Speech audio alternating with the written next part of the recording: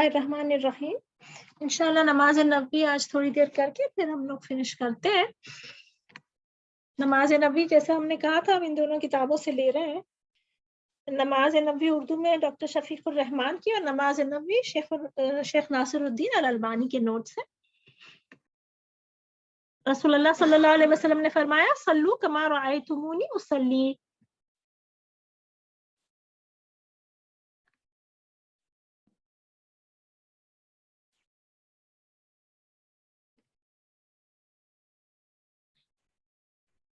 تمہیں اس طرح نماز ادا کرنی ہوگی جس طرح تم مجھے نماز ادا کرتے دیکھ رہے ہو.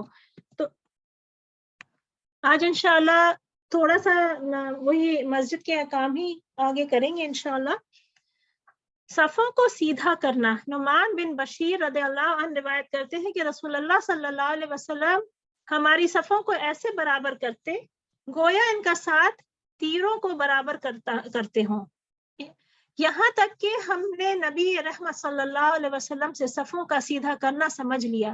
ایک دن آپ جماعت کے لیے کھڑے ہوئے اور تکبیر کہنے کو تھے کہ ایک شخص کو دیکھا اس کا سینہ صف سے باہر نکلا ہوا تھا. بس فرمایا اپنی صفوں کو برابر اور سیدھا کرو ورنہ اللہ تعالیٰ تم میں اختلاف ڈال دے گا. اقامت ہو چکنے کے بعد جب صفیں سیدھی درست اور برابر ہو جائے تو پھر امام کو تکبیر اولا کہنی چاہیے. امام کو تکبیر اولا کہنی چاہیے یعنی امام کو نماز تب تک شروع نہیں کرنی چاہیے جب تک وہ پیچھے لوگوں کی صفیں برابر نہیں کر دیں.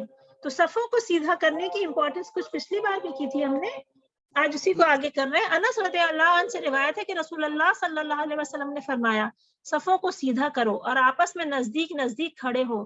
تحقیق میں تمہیں پس پشت بھی دیکھتا ہوں. یہ آپ کی معجزہ تھا نماز کے دوران.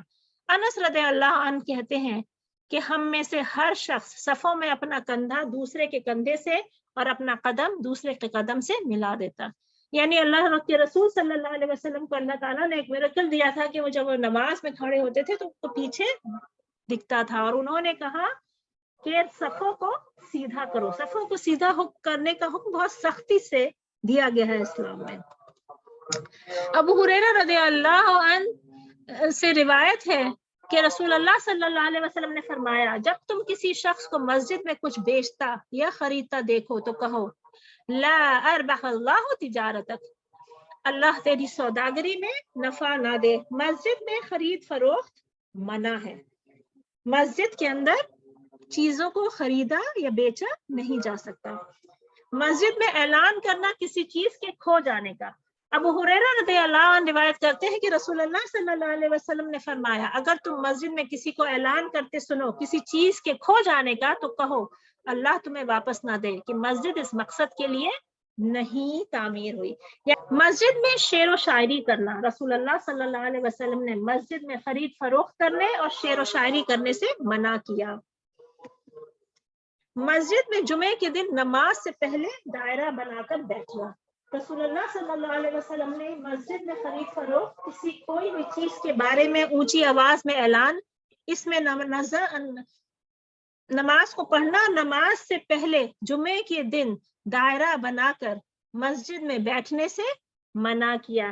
اس میں نظم کو پڑھنا یعنی جو نظمیں ہوتی ہیں اس کو پڑھنا. نماز سے پہلے جمعے کے دن دائرہ بنا کر مسجد میں بیٹھنے سے منع کیا یعنی سرکل بنا کے انسان جمعے کے دن مسجد میں نہیں بیٹھنا چاہیے.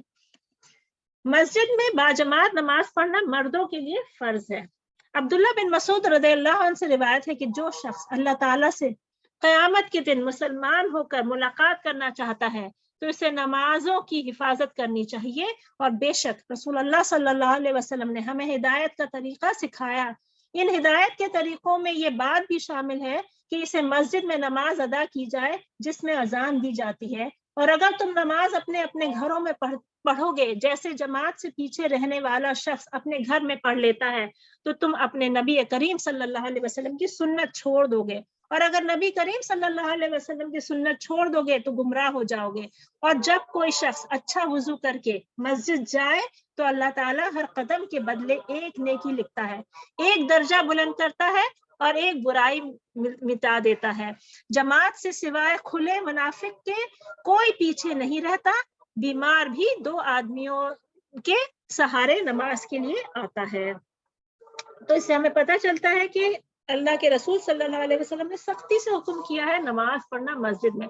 اگر آپ ایسی جگہ پہ ہیں، آپ کو اذان کی آواز آتی ہے، یعنی بغیر مائک کی کوئی اذان دے اور آپ کے گھر میں اس کی آواز آ جائے، تو مردوں کو اس گھر کے فرض ہوتا ہے کہ وہ مسجد میں جا کے نماز پڑھیں۔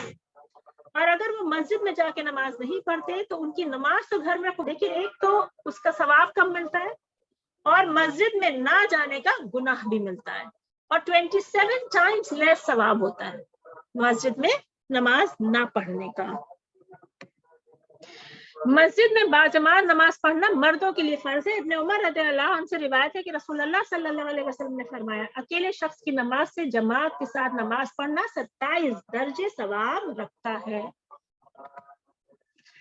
رسول اللہ صلی اللہ علیہ وسلم نے فرمایا، اس ذات کی قسم جس کے ہاتھ میں میری جان ہے، البتہ میں نے ارادہ کیا کہ میں لکڑیوں کے جمع کرنے کا حکم دوں، پھر اذان کہلواؤں اور کسی شخص کو امامت کے لیے کہوں، پھر ان لوگوں کا گھر جلا دوں جو نماز جماعت میں حاضر نہیں ہوتے۔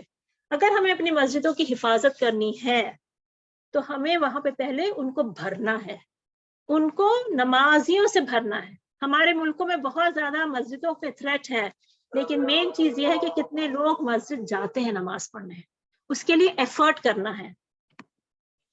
مسجد ابو ہریرہ رضی اللہ عنہ فرماتے ہیں کہ ایک نابینا صحابی عبداللہ بن ام مکتوم آئے، انہوں نے اپنے اندھے ہونے کا عذر پیش کر کے اپنے گھر پہ نماز پڑھنے کی اجازت چاہی، کیونکہ انہیں کوئی مسجد میں لے کر آنے والا نہیں تھا، تو نبی رحمت صلی اللہ علیہ وسلم نے ان کو اجازت دے دی۔ جب وہ واپس چلے تو آپ صلی اللہ علیہ وسلم نے بلا کر پوچھا، اذان سنتے ہو؟ عبداللہ نے کہا، جی ہاں۔ آپ نے فرمایا، تو پھر نماز میں حاضر ہو۔ رسول اللہ صلی اللہ علیہ وسلم نے فرمایا، اندھیروں میں مسجد کی طرف چل کر آنے والوں کو قیامت کے دن پورے نور کی خوشخبری سناؤ۔ یعنی جب لائٹس نہیں ہوتی تھی تو مسجد میں آنا سیف بھی نہیں ہوتا تھا اور مشکل بھی ہوتا تھا، پھر بھی اللہ کے رسول صلی اللہ علیہ وسلم نے ان کو آنے کے لیے کہا اور ان کو خوشخبری سنائی قیامت کے دن پورے نور کی۔ تو مسجد میں آنا گویا قیامت کے دن نور ملنے کے لیے برابر ہے، حالانکہ عورتوں کو گھر میں پڑھنے کا برابر ثواب ملتا ہے۔ یہ اللہ کی طرف سے عورتوں پہ بہت رحمت ہے۔ جابر رضی اللہ عنہ سے روایت ہے کہ مسجد نبوی کے گرد کچھ مکان خالی ہوئے، بنی سلمہ نے مسجد کے قریب منتقل ہونے کی ارادہ کیا۔ آپ صلی اللہ علیہ وسلم نے فرمایا، اے بنو سلمہ، اپنے گھروں میں ٹھہرے رہو، مسجد کی طرف آتے وقت تمہارے ہر قدم کا ثواب لکھا جاتا ہے۔ تو اگر زیادہ دور سے آنا ہو تو زیادہ ثواب ملے گا ہر قدم کا۔ انشاءاللہ یہاں سے ہم نیکسٹ ویک کرتے ہیں، آج یہیں تک کریں گے انشاءاللہ تعالی۔ اگر کوئی کوشچن ہے اس سے ریلیٹڈ تو کرتے ہیں، نہیں تو پھر ہم ختم کرتے ہیں۔ کہ سبحانک اللہم و بحمدک نشہد ان لا الہ الا انت نستغفرک و نتوب الیک۔ السلام علیکم ورحمۃ اللہ وبرکاتہ۔